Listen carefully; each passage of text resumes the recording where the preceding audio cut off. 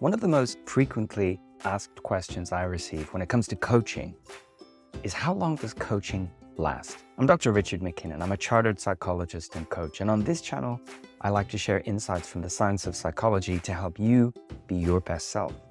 When people imagine that coaching is going to last forever, we realize that that's not very healthy. It's not very helpful. It can build a form of dependence on the coach and do the opposite of what we're trying to do in coaching, which is help someone build skills and put them into action and get where they want to be. If they believe that the coach is going to be available at their beck and call at the other end of the bat phone forever, then they're not going to thrive. They're going to rely on that resource. Coaching lasts for as long as coaching lasts.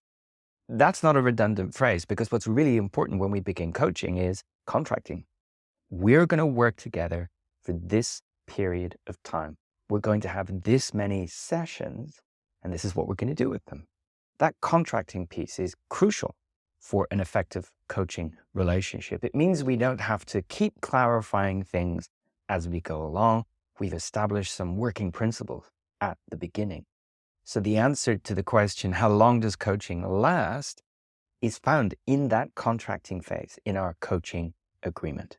I tend to work with my coaching clients across a program of 6 sessions, which are scheduled monthly, and a 6-month program of activity, because remember, there is so much to be done in between the coaching sessions, and I'll link to that video below.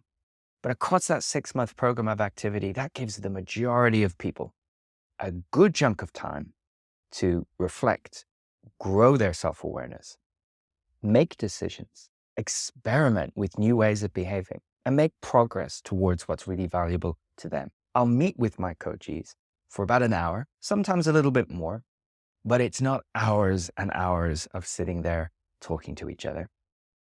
And I won't shut the door at the end of a coaching program and say, you may never speak to me again. In fact, how we end that program is really important.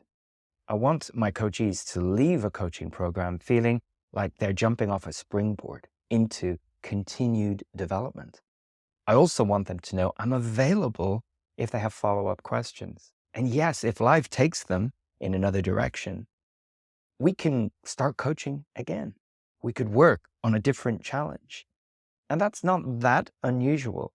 Think about your own career trajectory. Think about the challenges you've faced at work or balancing and navigating work and personal issues.